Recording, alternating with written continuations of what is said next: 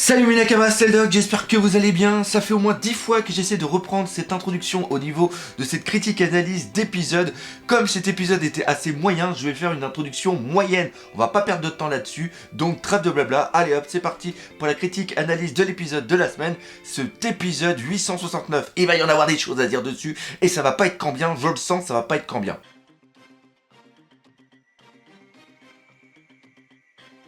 Alors, qu'est-ce qu'il y a eu dans cet épisode? Cet épisode, pour moi, est séparé en 3 parties au niveau de cette critique. On va parler de l'entraînement qu'il y a eu pendant les 2 ans, du combat qu'il y a de Luffy contre Katakuri, de toutes les flottes qui sont en train de se réunir au niveau de la sortie où il va y avoir la sortie, l'arrivée du gâteau, l'arrivée de Big Mom, enfin, le gros bordel qu'il va y avoir au niveau de Chocolat Town. Il est intéressant de voir qu'il y a beaucoup d'enfants qui sont en train de se rebeller un petit peu entre la mentalité, entre la gestion de la crise.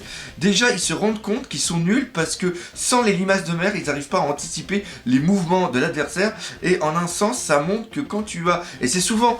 Et on va faire un petit peu d'histoire. La chute des empires, c'est quand les empires deviennent trop grands. Excusez-moi.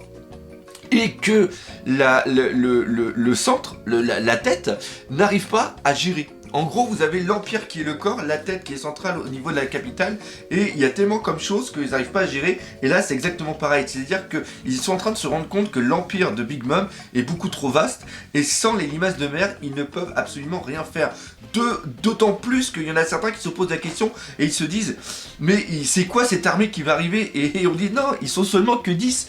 Autant de puissance seulement que pour 10 personnes, c'est complètement fou. Alors il y en a qui disent peut-être que Luffy justement est monstrueusement fort pour qu'il y ait un tel déplacement, mais ils sont en train, on sent qu'il y a un doute qui est en train de germer dans la tête de beaucoup de personnes. On voit que c'est aussi Oven qui est au-dessus de tout ça et qui est en train de tout gérer. L'arrivée de Luffy au niveau de Toadland aura marqué une rupture au niveau de la suprématie et au niveau de l'image que Big Mom a pu projeter sur toutes les îles et aussi sur sa famille. C'est-à-dire que ici, au niveau de cet arc, on a peut-être les graines de la future explosion de la famille de Big Mom, de la chute d'un empereur. Cette famille est composée de plusieurs membres, mais il n'y a pas de lien entre eux.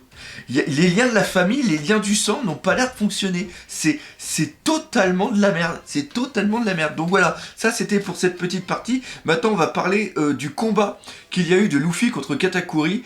Il y a de la patate, il y a de la patate, j'aime bien, il y a de la patate. Encore une fois, comme j'ai dit la dernière fois, ça rappelle le combat qu'il y a de Zeto contre Luffy. On sent qu'il y a de la puissance et surtout, c'est qu'on sent un respect de Katakuri contre Luffy.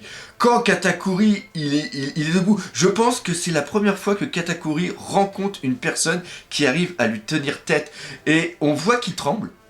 Là, on va parler justement, tout à l'heure, on parlera un petit peu de l'endurance qui pour moi qui est un petit peu bizarre, mais il est là et il dit à Luffy, alors vas-y, lève-toi, je t'attends, tu vas pas me décevoir, tu vas pas rester comme ça, j'attends autre chose que toi. C'est ça. Et ce qui est vachement beau, c'est que encore une fois, on est dans la symbolique du miroir. À un moment, quand ils s'attaquent, ils lancent tous les deux la même phrase au même moment. Il y a les attaques qui sont à peu près semblables et il attend.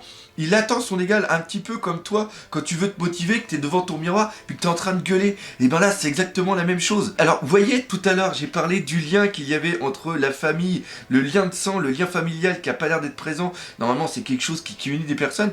Et je trouve qu'il y a plus de liens entre Katakuri et Luffy que peut-être Katakuri et ses autres frères. Même s'ils ont de l'amitié, même si pour le rappel, vous ne le savez peut-être pas, mais je vous donne l'info, c'est que Katakuri, Oven et Daifuku, c'est des jumeaux. On sent qu'il y a quelque chose qui est en train de se créer entre Katakuri et Luffy. Et l'évolution qu'il y a au niveau de ce combat, c'est que ça y est, Luffy arrive à voir le futur. Mais le futur nous est montré différemment. C'est-à-dire que Katakuri se concentre et voit l'action qui va se passer. Alors que dans le flashback de l'ellipse des 2 ans, quand il y a Luffy qui fait le combat contre Rayleigh, enfin l'entraînement contre Rayleigh, à un moment, quand ils arrivent sur tous les coups, il arrive au 100e coup, et là tu vois que Luffy, on voit qu'il devient rouge et qu'il arrive à esquiver. Et là il y a Rayleigh qui dit comment tu es arrivé à esquiver mon dernier coup alors que j'avais totalement masqué ma présence. Et Luffy dit je t'ai entendu sourire ou j'ai ressenti ton sourire, et c'est ça qui est génial. C'est-à-dire que Luffy arrive à ressentir les sentiments des gens, et en un sens, par métaphore, on peut comparer ça à l'âme. Il arrive à ressentir l'âme des gens, et donc, si on arrive sur le dit, il arrive peut-être à deviner la destinée des gens, et donc ce qui va réellement se passer. C'est une autre façon, pour moi, de voir le futur. C'est pas le même ressenti qu'il va avoir que Katakuri, mais ça va donner la même capacité, et peut-être que par rapport au fait que ce soit les sentiments, que ce soit l'âme des personnes, et qu'on peut extrapoler sur la destinée, plus tard, ça permettra peut-être à Luffy de voir de plus loin dans le futur, voir vraiment ce que la personne va devenir. On arrive maintenant pour moi sur un truc qui est peut-être dommage, c'est la surcapacité de Luffy avec son endurance. On va remettre un petit peu dans le contexte. Il y a toujours eu des combats d'endurance au niveau de Luffy, et c'est aussi comme ça qu'il arrivait à niquer la gueule des ennemis, c'est-à-dire qu'il se présentait devant eux, et en un sens, il le tapait, des fois ils arrivaient presque à le tuer. On va reprendre un petit peu Crocodile au niveau d'Alabasta, il l'a pris avec son crochet, il lui a niqué la gueule, et chaque fois Luffy revenait, et c'est cet agacement qui permet à Luffy de gagner. C'est exactement comme il y a eu au niveau de Doflamingo et aussi de Dressrosa. Au début, il analyse les capacités de Luffy et il dit je ne ferai pas les mêmes erreurs, je te suis depuis longtemps et je ne ferai pas la même erreur que les autres, je ne vais pas te sous-estimer, je vais te prendre vraiment comme tu es. Et au début il arrive à esquiver et tout, et il y a un moment où Luffy arrive toujours à se relever et il vient agacer la personne, et quand tu es agacé, tu perds ta capacité de raisonnement.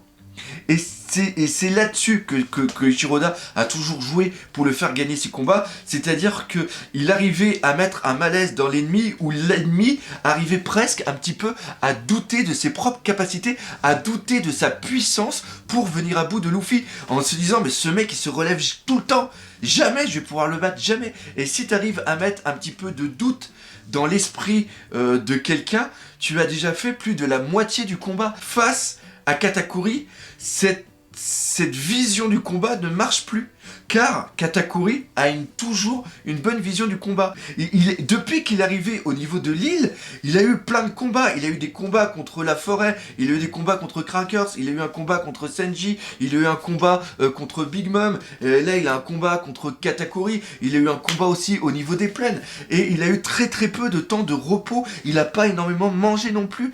Et comment il arrive à avoir autant d'endurance pour mettre Katakuri dans cet état? Katakuri, on le voit qui respire, on le voit qui est fatigué, alors que Katakuri, avant, n'a eu aucun combat. Rappelez-vous le moment où ils sont sur le bateau et que t'as Luffy qui le prend pour l'amener dans le monde des miroirs. Luffy est déjà fatigué, alors que Katakuri, lui, il est en pleine capacité il est en parfait état. Et même si c'est foutu un coup de trident, on ne peut pas dire que d'un point de vue endurance, ils sont au même niveau. Luffy a une endurance qui est absolument phénoménale. Alors les combats qui durent longtemps, c'est pas nouveau non plus au niveau de One Piece. On a eu ce combat-là de Ace contre Jinbei juste avant que Ace justement rentre dans l'équipage de Barbe Blanche. On a eu le combat de Aokiji contre Akainu qui a duré plus de 7 jours. Je crois qu'il a duré d'ailleurs 10 jours. On est conscient des choses qui sont comme ça. Mais encore une fois, Aokiji et Akainu, quand ils sont arrivés, ils étaient en pleine capacité de leurs moyens. Là, Luffy, il a eu il en a pris plein sa race. Donc voilà, et en plus au niveau du bateau, ils avaient pas de bouffe. Enfin, vous voyez, quand on reprend en arrière, le gros souci pour moi jusqu'à présent au niveau de ce combat, ce n'est pas la puissance ou l'éveil du haki de l'observation de Luffy, c'est plus sa capacité à résister au coup de l'adversaire. Et Katakuri, pour moi, est peut-être hors Marineford, le personnage le plus puissant, et aussi hors Big Mom, que Luffy a rencontré au niveau d'un combat. Et je le répète encore une fois, le combat qu'on a au niveau du monde des miroirs est un combat qui a duré depuis peut-être plusieurs heures. Donc pour moi, c'est vraiment le gros souci qu'il y a en ce moment, et j'espère que Oda arrivera à trouver une solution pour expliquer pour moi ce gros problème.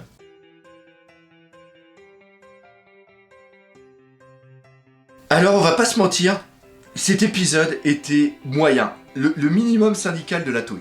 Voilà. Et ce qui est vraiment dommage, c'est que cet épisode qui était moyen s'en est pris encore plus plein la gueule. On l'a encore plus vu par rapport à l'épisode qu'on a eu la semaine dernière, et surtout par rapport à la preview de ce qu'on va avoir la semaine prochaine.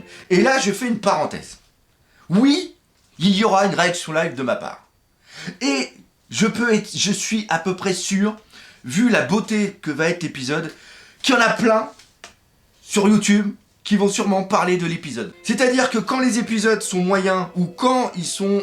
on pense pas aux gens qui regardent que les épisodes, on fait pas de vidéos dessus, il y a que moi qui fais des vidéos globalement, mais quand il va y avoir un truc de formidable et qu'il y a peut-être des millions de vues à se faire dessus, et bien là je sens qu'il y a plein de personnes qui vont faire des vidéos. Alors peut-être que je suis en train de faire ma langue de pute, là, mais je l'avoue, parce que je le sens un petit peu comme ça. Donc ça c'était la parenthèse. Oui, Naoto Shishida va apparaître justement dans l'épisode, et tu te dis mais merde, quand on voit l'épisode de la semaine dernière, quand on voit l'épisode qui va y avoir la semaine prochaine, comment ça se fait que cet épisode, alors qu'il y a du combat, alors qu'il y a de la tension, il y a quand même quelque chose, on est sur le flashback, donc il peut y avoir des trucs sympas à mettre en place, pourquoi cet épisode était aussi moyen?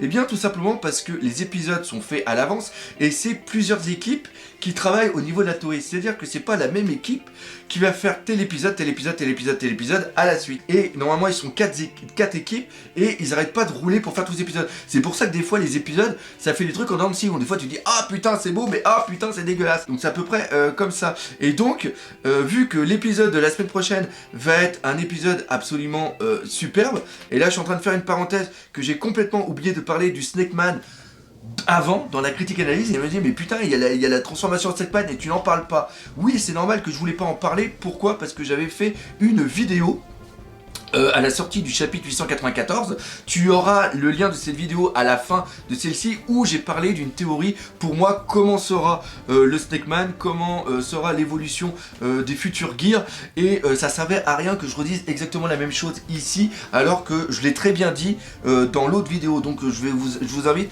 à regarder justement la critique que j'avais fait à l'époque. Et donc ce qui se passe, c'est que bah oui, non, par contre c'est vrai que c'était beau là, à la fin de l'épisode, quand on voit cette aura de fumée, et ça fait un petit peu comme la méduse, comme un serpent avec plusieurs têtes qui sont en train de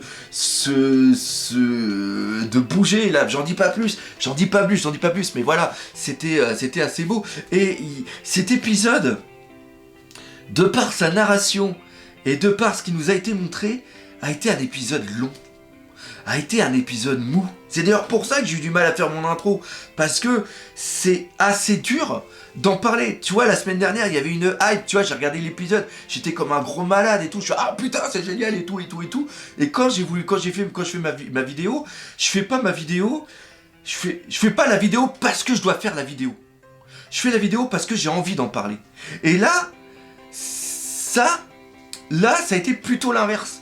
C'est-à-dire que quand j'ai fini l'épisode, je me suis dit ah, il faut que je fasse maintenant la critique analyse. J'ai quand même envie de parler de l'épisode, mais ça n'a pas été aussi spontané que la dernière fois. La dernière fois, quand j'ai fini l'épisode, je me suis dit putain, ça fait longtemps que j'ai pas parlé d'épisode, il faut que j'en parle. Il faut que je revive le truc, parce que c'est ça One Piece, ça nous fait voilà. Donc ça, et je pense que la semaine prochaine ça va être franchement comme ça. Donc oui, non, globalement cet épisode, il y a pas eu trop de plans fixes, mais tu sentais bien que au niveau de l'animation, il manquait des images à certains moments. Il y avait des angles de caméra que je comprenais pas trop. Le choix aussi d'avoir fait une certaine manière le haki, c'est voilà, j'ai pas tripé, et pourtant tu es arrivé sur une fin de cliff où normalement t'as un épisode qui doit te transporter tout le temps pour t'amener à un climax final où tu te dis ah putain, vivement le prochain. Là on a seulement dit vivement le prochain parce qu'on a vu un teaser du prochain. Donc voilà, donc ça a été assez dommage, et je pense que ça a tellement été dommage qu'on va pas en parler plus.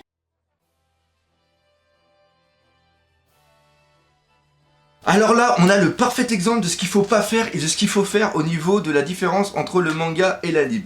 Il y a des choses qui ont été rajoutées, qui ont été très bien, et il y a des choses qui n'ont pas été montrées et qui sont pour moi une totale aberration.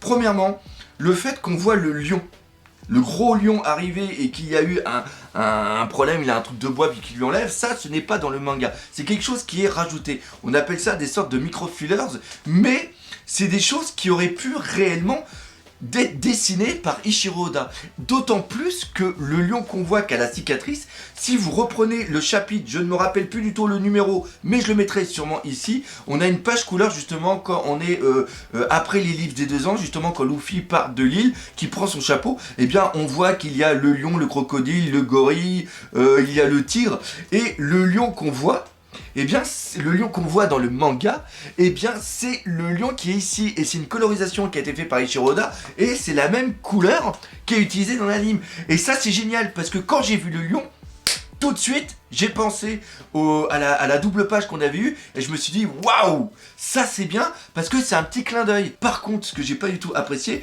c'est que quand tu prends le chapitre 894, qui est disponible dans le tome qui vient de sortir par Glénat, le tome 89, eh bien, il y a un passage qui est vraiment excellent, qui est hyper drôle, qui m'avait fait pisser de rire quand je l'avais lu à l'époque. Rayleigh qui fout qui entraîne Luffy pour le haki de l'observation, qui lui fout les coups de poing, et à un moment, vu que Luffy a faim, il y a de la bouffe qui est en train de cuire à côté, et Luffy sent la bouffe, et il essaye d'attaquer Rayleigh, mais en l'attaquant, il essaye aussi de piquer des morceaux de viande pour le bouffer. T'as Rayleigh qui devient complètement fou, il dit mais non, faut pas attaquer comme ça au hasard, ça sert absolument à rien, et après on le voit qu'il essaye de prendre de la bouffe, et après il lui matraque la gueule au sol, et là il y a Luffy qui est en train d'hurler et tout, et l'autre il dit bah tu vas voir je vais t'apprendre moi. Et je trouve que ça c'était génial au niveau du manga, et c'est un passage qui aurait pu être fait de façon absolument magnifique au niveau de l'anime. On reprend le passage qui était génial dans le manga, qui est tout simplement le sauvetage de Brook quand il est dans les bras de Big Mom par le reste de l'équipage. Dans le manga, t'es plié de rire, mais dans l'anime, c'est fait d'une façon cartoonesque où tu te pisses dessus. Et bien ici, c'est du cartoon. C'est de la référence au cartoon qui nous a fait rire avec ton gamin. Et je pense que Eiichiro Oda l'a aussi fait dans cet esprit. Et je trouve que c'est trahir l'esprit d'Oda de ne pas l'avoir fait ici. Parce que je l'attendais, et là de pas le voir, tu te dis, ou alors j'ai dormi pendant l'épisode tellement qu'il était mou et je suis passé complètement à côté. Le fait que ils se prennent les coups, qu'ils tombent au sol, et qu'après il y a les animaux qui ramènent de la bouffe, donc oui, ça c'est aussi dans le manga, mais il y avait il y a le côté espiègle de Luffy, le caractère qu'il a, qui est propre à lui-même, qui n'a pas été retranscrit. Là, dans le flashback, tu le vois devenir trop mature. C'est pas le Luffy qu'on connaît, c'est pas le Luffy débile, surtout quand c'est de la bouffe. Donc voilà, je trouve qu'ils font des très bons trucs quand ils rajoutent des trucs qui auraient pu être dessinés par Eiichiro Oda, mais des trucs qui sont dessinés par Eiichiro Oda et ils ne le ramènent pas. Mais merde! Mais merde! Alors pareil, ceux qui ont lu le chapitre, dites-le moi dans les commentaires, si vous aussi ça vous a fait chier. Moi personnellement ça m'a fait chier. Donc voilà, c'est là-dessus que se termine cette critique analyse d'épisode. On se donne tous rendez-vous la semaine prochaine pour cet épisode 870 pour une... Je ne sais pas du tout comment je vais faire la réaction live. Il va falloir que je trouve un moyen d'essayer de niquer la gueule du strike. De toute façon je sais qu'elle serait totalement démonétisée parce que vu que je vais utiliser des trucs, donc voilà, ça va faire un petit peu comme la vidéo qu'avait fait le chef au niveau des caméras, pour ceux qui connaissent. Enfin bref, on se donne rendez-vous la semaine prochaine pour un super épisode. Si vous avez aimé la vidéo, comme d'habitude, n'hésitez pas à partager, parlez autour de vous, laissez les commentaires, allez faire un petit tour sur mon Utip, s'il vous plaît, aussi sur Tipeee pour ceux qui le veulent, et surtout, on n'oublie pas le principal, l'anime One Piece avec Naoto Shishida, c'est la vie. Allez, salut mes Nakama.